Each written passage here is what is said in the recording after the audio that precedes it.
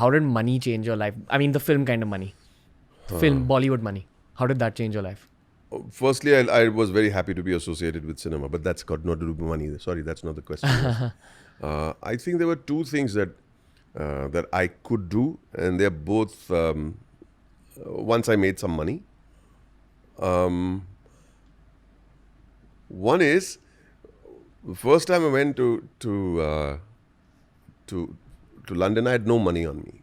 I went because I had to go with a unit. I had no money, and I went to HMV, and I wanted to pick out a DVD of my favorite films,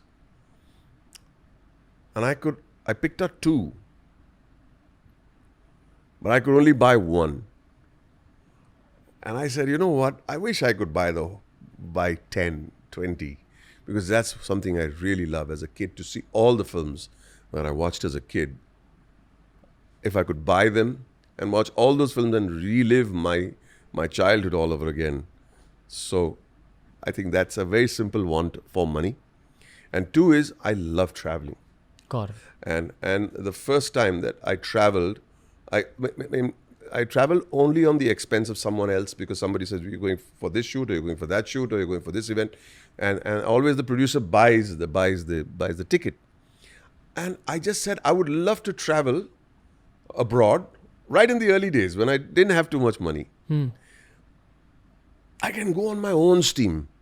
That's an option that should be with me. The day I can say that I'm going off for a trip like that overnight. And Lagero Munna Bhai, by then I had so many responsibilities. I didn't have too much spare cash even during that time. And Munna Bhai was being shown at the United Nations, at the UN. Yeah. And Raju calls and says, I am New York. Saying, yeah, you should have told me. Saying, Arey, I would have come. It's Bandra thodi hai. Yeah. So he's saying, nahin, main aata hun. When is it? Day after tomorrow. So main aa jata hun. Hello, I just bought myself a ticket and went. That gave me a sense of freedom and to choose and go where you wish to choose, especially to travel. I could go and represent myself.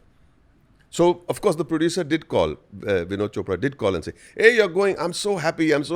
Let us buy the ticket. I said, no, I want to buy the ticket.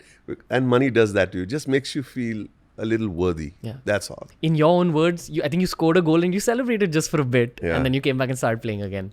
That's what I feel. When right now? No, when these moments like these happen, it's like you celebrating a goal in those moments, and then eventually you come back to the shooting space. You come back to the shooting space. Yeah. It's so beautiful. And then I love holidays because it brings families together. Yeah. We spend time together.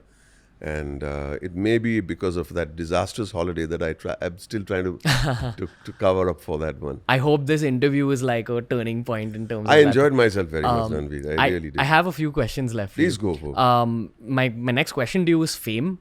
What has fame taught you? Because you got fame kind of later in life. And usually when fame comes early, it messes things up for some people.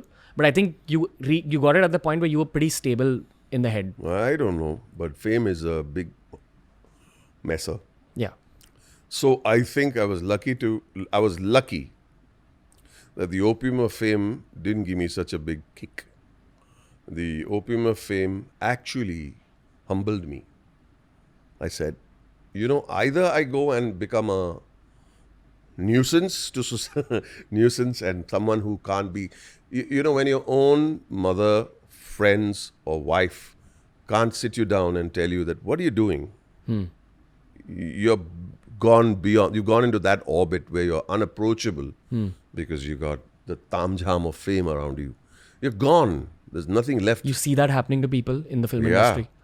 Where do you see people going wrong? Like what happens wrong? It's opium. Okay. Fame is toxic in a way. It's opium. It's intoxicating on a level where you have no control. So you will be hit by the opium. But it depends on whether you just want to close your eyes and say, take it easy. Let me wake up in the morning and figure this out.